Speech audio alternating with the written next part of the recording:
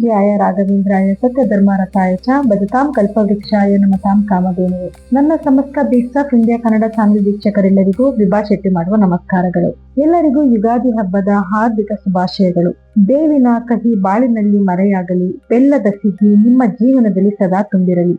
ಈ ಯುಗಾದಿ ನಿಮ್ಮ ಬದುಕಿನಲ್ಲಿ ಸುಖ, ಶಾಂತಿ ಮತ್ತು ಸಮೃದ್ಧಿ, ಹೊಸ ಬೆಳಕನ್ನು ತರಲಿ ಅಂತ ಹಾರೈಸ್ತಾ ಹೊಸ ವರ್ಷದ ಶುಭಾಶಯಗಳನ್ನ ನಿಮ್ಗೆ ಹೇಳ್ತಾ, ಯುಗಾದಿ ಹಬ್ಬ ಅಂತಂದ್ರೇನೆ ಪ್ರತಿಯೊಬ್ಬರಿಗೂ ಕೂಡ ಏನೋ ಹೊಸ ವರ್ಷ ಬರ್ತಾ ಇದೆ. ಸೊ ಹೊಸ ವರ್ಷದಲ್ಲಿ ನಮ್ಮ ಜೀವನ ಹೇಗಿರ್ಬೋದು, ಈ ವರ್ಷದಲ್ಲಿ ನಮ್ಮ ಗ್ರಹಗತಿಗಳ ಮೇಲೆ, ನಮ್ಮ ರಾಶಿಗಳ ಮೇಲೆ ಏನೆಲ್ಲ ಪ್ರಭಾವ ಬೀರ್ತಾ ಇದೆ ಅನ್ನೋದನ್ನ ಎಲ್ಲರಿಗೂ ಕೂಡ ಕಾತರ ಇರುತ್ತೆ. ಸೊ ಹಾಗಾಗಿ ಇವತ್ತಿನ ದಿವಸ ನಾನು ದ್ವಾದಶ ರಾಶಿಗಳು ಅಂದ್ರೆ ಮೇಷ ರಾಶಿಯಿಂದ ಹಿಡಿದು ಮೀನ ರಾಶಿವರೆಗೂ ಗ್ರಹಗತಿಗಳ ಮೇಲೆ ಏನೆಲ್ಲ ಫಲಾನುಫಲಗಳಿದೆ ಅನ್ನೋದನ್ನ ನೋಡ್ತಾ ಹೋಗೋಣ. ಇದು ಪರಾಭವ ನಾಮ ಸಂವತ್ಸರ. ಈ ಸಂವತ್ಸರದಲ್ಲಿ ಕಟಕ ರಾಶಿಯವರ ಫಲಾನುಫಲಗಳು ಹೇಗಿದೆ ಅಂತ ನೋಡೋಣ. ನೋಡಿ, ಮೊದಲನೇದಾಗಿ ಗುರುವಿನ ಒಂದು ಸ್ಥಾನಮಾನ ಅಂತ ನೋಡಿದ್ರೆ, ಗುರು ಪ್ರಮುಖವಾಗಿ 2 ಬದಲಾವಣೆಗಳನ್ನ ಮಾಡ್ತಾನೆ. ಒಂದು, ಮಾರ್ಚ್ ನಲ್ಲಿ ಮಿಥುನ ರಾಶಿನಲ್ಲಿ ನೇರ ಸಂಚಲನದಲ್ಲಿ ಇದ್ರೆ, ಜೂನ್ ಅಲ್ಲಿ ಕರ್ಕಾಟಕ ರಾಶಿಗೆ ಅಂದ್ರೆ ತನ್ನದೇ ಆದ ಉಚ್ಚ ರಾಶಿಗೆ ಬರ್ತಾನೆ. ತದನಂತರ ನವೆಂಬರ್ ನಲ್ಲಿ ಸಿಂಹ ರಾಶಿಗೆ ತನ್ನ ಪ್ರವೇಶನ ಬೆಳೆಸ್ತಾನೆ. ಇದರಿಂದ ಕಟಕ ರಾಶಿಯವರಿಗೆ ಏನೆಲ್ಲ ಫಲಗಳನ್ನ ನೋಡ್ಬೋದು ಅಂತ ನೋಡಿದ್ರೆ, ನೋಡಿ, 12ನೇ ಮನೆಯಲ್ಲಿ ಗುರು ಇರೋವರೆಗೂ ಕೂಡ ಅಧಿಕವಾದ ಖರ್ಚುಗಳಾಗ್ತಾ ಇರುತ್ತೆ. ನೀವು ಎಕ್ಸ್ಪೆಕ್ಟೇಷನ್ ಮಾಡದೇ ಇರುವಂತ ಕೆಲವೊಂದು ಸಂಕಷ್ಟಗಳು ನಿಮ್ಗೆ ಎದುರಾಗುತ್ತೆ. ಅದರಲ್ಲೂ ಹಣದ ಸಮಸ್ಯೆಗಳನ್ನ ನೀವು ಈ ವರ್ಷದಲ್ಲಿ ಎದುರಿಸಬೇಕಾಗಿ ಬರುತ್ತೆ. ಆಸ್ಪತ್ರೆ ಖರ್ಚಾಗಿರ್ಬಹುದು, ಅಥವಾ ಮನೆಯಲ್ಲಿ ಶುಭ ಕಾರ್ಯಗಳು ಮಾಡ್ಬೇಕು ಅನ್ನುವಂತ ಖರ್ಚುಗಳಾಗಿರ್ಬೋದು, ಅಥವಾ ಈ ಸಮಯದಲ್ಲಿ ನೀವು ವಿದೇಶದ ಪ್ರಯಾಣಗಳು ಕೂಡ ಬರುತ್ತೆ. ಸೊ ಪ್ರಯಾಣಕ್ಕೋಸ್ಕರ ಖರ್ಚು ಮಾಡೋದಾಗಿರ್ಬೋದು. ಎಷ್ಟೇ ಸಂಪಾದನೆ ಮಾಡಿದ್ರು ಕೂಡ ಕೈನಲ್ಲಿ ಹಣ ನಿಲ್ದೇ ಇರುವಂತ ಒಂದು ಪ್ರಸಂಗ ಕ್ರಿಯೇಟ್ ಆಗುತ್ತೆ. ಏನೇ ಮಾಡಿದ್ರು ಕೂಡ ಗುರುವಿನ ದೃಷ್ಟಿ 4ನೇ ಮನೆ, 6ನೇ ಮನೆ ಮತ್ತೆ 8ನೇ ಮನೆಗೆ ಗುರುವಿನ ದೃಷ್ಟಿ ಇರೋದ್ರಿಂದ ಆರೋಗ್ಯದಲ್ಲಿ ಎಷ್ಟೇ ಸಮಸ್ಯೆಗಳು ಬಂದ್ರು ಅದನ್ನ ಯಾವ್ದಾದ್ರು ಒಂದು ರೀತಿಯಲ್ಲಿ ಪರಿಹಾರಗಳಾಗ್ತಾ ಇರುತ್ತೆ. ಹಾಗೆ 6ನೇ ಮನೆಗೆ ದೃಷ್ಟಿ ಇರೋದ್ರಿಂದ ಯಾರೆಲ್ಲ ಕೆಲಸ ಮಾಡ್ತಾ ಇರ್ತೀರಾ, ಉದ್ಯೋಗಸ್ಥರಿಗೆ ಕೆಲಸದಲ್ಲಿ ಸ್ವಲ್ಪ ಬಡ್ತಿ ಸಿಗುವಂಥದ್ದು ಅಥವಾ ಸ್ಯಾಲ್ರಿ ಇನ್ಕ್ರೀಸ್ ಆಗೋದು, ಏನಾದ್ರು ಕೆಲಸಕ್ಕೆ ಪ್ರಯತ್ನ ಪಡ್ತಾ ಇದ್ರೆ ಕೆಲಸಗಳು ಸಿಗುವಂಥದ್ದು, ಇದೆಲ್ಲಾನು ಆಗತ್ತೆ. ಭೂಮಿ ವ್ಯವಹಾರದಲ್ಲಿ ಏನಾದ್ರು ಸಮಸ್ಯೆಗಳಿತ್ತು ಅಂದ್ರೆ ಆ ಸಮಸ್ಯೆಗಳಿಂದ ನೀವು ಪಾರಾಗುವಂಥದ್ದು, ಜೊತೆಗೆ ತಾಯಿಯ ಆರೋಗ್ಯದಲ್ಲಿ ಕೂಡ ಒಳ್ಳೆ ಫಲಿತಾಂಶ ನೀವು ನೋಡಬಹುದು. ಇನ್ನು ಗುರುವಿನ ಬದಲಾವಣೆ, ಲಗ್ನಕ್ಕೆ ಅಂದ್ರೆ ಕರ್ಕಾಟಕ ರಾಶಿಗೆ ಗುರು ಬಂದ ನಂತರ ಖಂಡಿತವಾಗಿ ನಿಮ್ಗೆ ಗುರುಬಲ ಬರುತ್ತೆ. ಅನ್ಕೊಳ್ಳೋ ಕೆಲಸಗಳೆಲ್ಲನೂ ಕೂಡ ಮಾಡಬಹುದು. ಅದರಲ್ಲೂ ಮದುವೆ ಕಾರ್ಯಗಳು, ಯಾರೆಲ್ಲ ಮದುವೆ ಹುಡುಕಾಟದಲ್ಲಿದ್ರೆ ಅವರೆಲ್ಲರಿಗೂ ಕೂಡ ಶುಭ ಸುದ್ದಿ ಆಗಿರುತ್ತೆ. ಆದ್ರೆ ಜನ್ಮಗುರು ನರೋ ದುಃಖಂ ಅನ್ನೋ ರೀತಿನಲ್ಲಿ ಕೆಲವೊಂದು ಸಂಕಟನ ನೀವು ಎದುರಿಸ್ಬೇಕಾಗಿ ಬರುತ್ತೆ. ಇಂಥದೇ ಸಂಕಟ ಅಂತ ಹೇಳೋದಕ್ಕಾಗಲ್ಲ.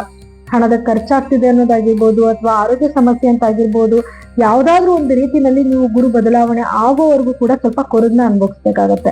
ಇನ್ನು ನವೆಂಬರ್ನ ನಂತರ ಖಂಡಿತವಾಗ್ಲೂ ತುಂಬಾ ಉತ್ತಮವಾದ ಫಲಗಳನ್ನ ನೀವು ನೋಡ್ಬೋದು. ಏನು ಅಂತಂದ್ರೆ, ಹಣಕಾಸಿನಲ್ಲಿ ಅಭಿವೃದ್ಧಿ ಆಗುವಂಥದ್ದು, ಮನೆಯಲ್ಲಿ ಶುಭ ಕಾರ್ಯಗಳು ಮಾಡುವಂಥದ್ದು, ನಿಮ್ಮ ಮಾತಿಗೆ ಗೌರವ ಬರುವಂಥದ್ದು, ಇದೆಲ್ಲನೂ ಕೂಡ ನೀವು ನೋಡ್ಬೋದು. ಆದ್ರೂ ಕೂಡ ಗುರುವಿನ ದೃಷ್ಟಿಯಿಂದ ನಿಮ್ಗೆ ನಿಮ್ಮ ಲಗ್ನದಲ್ಲಿದ್ದಾಗ ಆಗಿರ್ಬೋದು, 2ನೇ ಮನೆಯಲ್ಲಿದ್ದಾಗ ಆಗಿರ್ಬೋದು, ಮನೆಯ ವಾತಾವರಣದಲ್ಲಿ ಕೆಲವು ಒಳಿತನ್ನ ನೋಡ್ಬೋದು. ಇದೇ ರೀತಿನಲ್ಲಿ ಕೆಲಸ ಕಾರ್ಯದಲ್ಲಿ ಅಭಿವೃದ್ಧಿ ಆಗುವಂಥದ್ದು ಎಲ್ಲನೂ ಕೂಡ ಈ ವರ್ಷದಲ್ಲಿ ನೀವು ನೋಡಬಹುದು. ಇನ್ನು ರಾಹು ಕೇತುವಿನ ಬದಲಾವಣೆಯ ಇಂದ ಏನೆಲ್ಲ ನೀವು ಫಲಗಳನ್ನ ನೋಡ್ತೀರಾ ಅಂತಂದ್ರೆ, ಈಗಾಗಲೇ ರಾಹು ನಿಮ್ಮ 8ನೇ ಮನೆಯಲ್ಲಿ, ಕೇತು ನಿಮ್ಮ 2ನೇ ಮನೆಯಲ್ಲಿ ಇರೋದ್ರಿಂದ ಕೆಲವೊಂದು ಅಶುಭ ಫಲಗಳನ್ನು ಕೂಡ ನೀವು ನೋಡ್ತಿರ್ತೀರಾ. ಅಂದ್ರೆ ಆರೋಗ್ಯದಲ್ಲಿ ಏರುಪೇರುಗಳಾಗುವಂಥದ್ದು, ರಕ್ತಕ್ಕೆ ಸಂಬಂಧಪಟ್ಟಿದ್ದು, ಅಥವಾ ಬಿದ್ದು ಪೆಟ್ಟು ಮಾಡ್ಕೊಳ್ಳುವಂಥದ್ದು, ಮೂಳೆಗಳಿಗೆ ಸಂಬಂಧಪಟ್ಟಿದ್ದ ಕೆಲವು ಸಮಸ್ಯೆಗಳು ಬರುವಂಥದ್ದು, ಹಾರ್ಟ್ ಅಲ್ಲಿ ಪ್ರಾಬ್ಲಮ್ ಆಗುವಂಥದ್ದು, ಈ ರೀತಿ ಕೆಲವು ಸಮಸ್ಯೆಗಳನ್ನ ನೀವು ಆಲ್ರೆಡಿ ಎದುರಿಸ್ತಾ ಇರ್ತೀರಾ. ಕೇತುವಿನ ಒಂದು ಪರಿಣಾಮದಿಂದ ನೀವು ಆಡೋ ಮಾತಲ್ಲಿ ಸ್ವಲ್ಪ ತಪ್ಪು ತಿಳುವಳಿಕೆ ಬರುವಂಥದ್ದು, ಅಥವಾ ರ್ಯಾಶ್ ಆಗಿ ಏನೋ ಮಾತಾಡೋದು, ಏನೋ ಮಾತಾಡಕ್ ಹೋಗಿ ಇನ್ನೇನೋ ಮಾತಾಡಿ ಕುಟುಂಬದಿಂದ ಸ್ವಲ್ಪ ನೀವು ನಿಷ್ಠುರವಾದಿಗಳಾಗಿ ಕೂಡ ಇರ್ತೀರಾ. ಇನ್ನ ಬದಲಾವಣೆಯ ನಂತರ ಅಂದ್ರೆ ಡಿಸೆಂಬರ್ ನಲ್ಲಿ ರಾಹು ನಿಮ್ಮ ಸಪ್ತಮಕ್ಕೆ ಬಂದ್ರೆ ಕೇತು ನಿಮ್ಮ ರಾಶಿಗೆ ಬಂದು ಸೇರ್ಕೊಂತಾನೆ. ಸೊ ಇದರಿಂದ ನೀವೇನೆಲ್ಲ ಅನುಭವಿಸಬಹುದು ಅಂತ ನೋಡಿದ್ರೆ, ನಿಮ್ಮ ದಾಂಪತ್ಯ ಜೀವನದಲ್ಲಿ ಕೆಲವೊಂದು ಅಸಮಾಧಾನಕರ ಘಟನೆಗಳು ನಡೆಯುವಂಥದ್ದು. ಅಂದ್ರೆ ಮಾತು, ನೀವೇನೋ ಹೇಳೋದು ಅವರೇನೋ ಅರ್ಥ ಮಾಡ್ಕೊಳ್ಳೋದು, ಇದರಿಂದ ಸ್ವಲ್ಪ ಮನಸ್ತಾಪಗಳು ಬರುವಂತ ಸಾಧ್ಯತೆಗಳು ಕೂಡ ಜಾಸ್ತಿ ಇರುತ್ತೆ.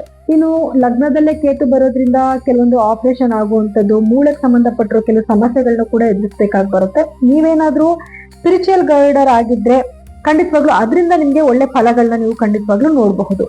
ಅದೇನೇ ಇದ್ರೂ ಕೂಡ ಗುರುವಿನ ಒಂದು ದೃಷ್ಟಿ ತುಂಬಾ ಚೆನ್ನಾಗಿರೋದ್ರಿಂದ ಖಂಡಿತವಾಗ್ಲೂ ಎಂತ ಸಮಸ್ಯೆಗಳು ಬಂದ್ರು ಕೂಡ ಅದಾಗಿಂದಾಗ್ಲೇ ನೀವು ಅದ್ ಸಮಸ್ಯೆಗಳಿಗೆ ಪರಿಹಾರಗಳನ್ನ ಕಂಡಿಡ್ಕೊಂತಾ ಇರ್ತೀರಾ. ಇನ್ನ ಶನಿಯ ಒಂದು ಸ್ಥಾನಮಾನ ಅಂತ ನೋಡಕ್ ಹೋದ್ರೆ, ನಿಮ್ಗೆ 9ನೇ ಮನೆಯಲ್ಲಿ ಶನಿ ಇರೋದ್ರಿಂದ ಒಂದು ಅದೃಷ್ಟಕರವಾದ ಆಪರ್ಚುನಿಟೀಸ್ ನ ತಗೊಂಬಂದ್ ಕೊಡ್ತಿರ್ತಾನೆ. ಆದ್ರೆ ತಂದೆ ಆರೋಗ್ಯದಲ್ಲಿ ಸ್ವಲ್ಪ ವ್ಯತ್ಯಾಸಗಳನ್ನ ನೀವು ನೋಡ್ಬೇಕಾಗಿ ಬರುತ್ತೆ. ತಂದೆ ಆರೋಗ್ಯದ ಕಡೆ ಸ್ವಲ್ಪ ನೀವು ಗಮನ ಕೊಡ್ಬೇಕಾಗಿ ಬರುತ್ತೆ. ಇನ್ನು ವಿದ್ಯಾರ್ಥಿಗಳಿಗೆ ಅಂತ ನೋಡಕ್ ಬಂದಾಗ ಜೂನ್ ನಂತರ ತುಂಬಾ ಚೆನ್ನಾಗಿರುತ್ತೆ. ಆದ್ರೆ ಈ ಸಮಯದಲ್ಲಿ ನೀವೇನಾದ್ರೂ ಬೇರೆ ದೇಶಗಳಿಗೂ ಹೋಗಿ ವಿದೇಶ ಪ್ರಯಾಣ ಮಾಡ್ಬೇಕು, ಅಲ್ಲಿ ಓದ್ಬೇಕು ಅಂದ್ರೆ ಅದಕ್ಕೆ ತುಂಬಾ ಉತ್ತಮವಾಗಿರುತ್ತೆ.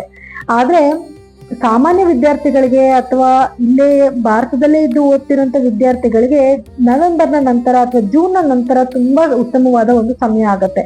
ಇನ್ನು ರೈತರಿಗೂ ಕೂಡ ಜೂನ್ ನಂತರ ನಿಮ್ಮ ಬೆಳೆನಲ್ಲಿ ಉನ್ನತವಾದ ಒಂದು ಬೆಳೆನ ನೋಡುವಂತ ಒಂದು ಸಂದರ್ಭ ಆಗತ್ತೆ. ಇನ್ನು ಇಷ್ಟೆಲ್ಲ ಸಮಸ್ಯೆಗಳಿಗೆ ಪರಿಹಾರವಾಗಿ ಏನ್ ಮಾಡ್ಕೋಬೇಕು ಅಂತ ನೋಡಿದ್ರೆ, ನೋಡಿ, ನೀವು ಪ್ರತಿದಿನ ಈಶ್ವರನ ಧ್ಯಾನ ಮಾಡುವಂಥದ್ದು, ಓಂ ನಮಃ ಶಿವಾಯ ಅನ್ನುವಂತಹ ಬೀಜಾಕ್ಷರಿ ಮಂತ್ರನ ಪ್ರತಿದಿನ ನಿಮ್ ಕೈಲಿ ಎಷ್ಟು ಸಾರಿ ಸಾಧ್ಯನೋ ಅಷ್ಟು ಬಾರಿ ಹೇಳ್ಕೊಳ್ಳುವಂಥದ್ದು. ಮತ್ತು ಪ್ರತಿ ಪೌರ್ಣಮಿಯ ದಿವಸ ಸ್ನಾನಕ್ಕೆ ಒಂದ್ ಸ್ವಲ್ಪ ಹಸಿ ಹಾಲನ್ನ ಹಾಕೊಂಡು ಸ್ನಾನ ಮಾಡೋದು. ಜೊತೆಗೆ ಪ್ರತಿ ಪೌರ್ಣಮಿಯ ದಿವಸ ಚಂದ್ರನ ನೋಡಿ ನಿಮ್ಮ ವಿಶಸ್ನ ಕೇಳ್ಕೊಳ್ಳೋದು. ನಿಮ್ ಜೀವನದಲ್ಲಿ ಏನೆಲ್ಲ ಬೇಕು ಅನ್ನೋದನ್ನ ನೀವು ಖಂಡಿತವಾಗ್ಲೂ ಆ ಸಮಯದಲ್ಲಿ ಕೇಳ್ಕೋಬಹುದು. ತಿಂಗಳಲ್ಲಿ ಒಂದು ಬಾರಿನಾದ್ರೂ ಯಾವ್ದಾದ್ರು ಒಂದು ಸೋಮವಾರ ಜಲಾಭಿಷೇಕನ ಕೊಟ್ಟು ನೀವು ಕಣ್ಣಲ್ಲಿ ನೋಡ್ಬೇಕಾಗುತ್ತೆ. ಮತ್ತೆ ಮೆಡಿಟೇಷನ್ ಪ್ರತಿ ದಿನಾನು ಕೂಡ ದಿನಕ್ಕೆ 10 ನಿಮಿಷನಾದ್ರೂ ಮೆಡಿಟೇಷನ್ ಮಾಡಿದ್ರೆ ಎಂತ ಸಮಸ್ಯೆಗಳು ಬಂದ್ರು ಅದರಿಂದ ನೀವು ಪಾರಾಗಬಹುದು. ಇದಾಗಿತ್ತು ಪರಾಭವ ನಾಮ ಸಂವತ್ಸರದ 12 ರಾಶಿಗಳ ಫಲಾನುಫಲಗಳು.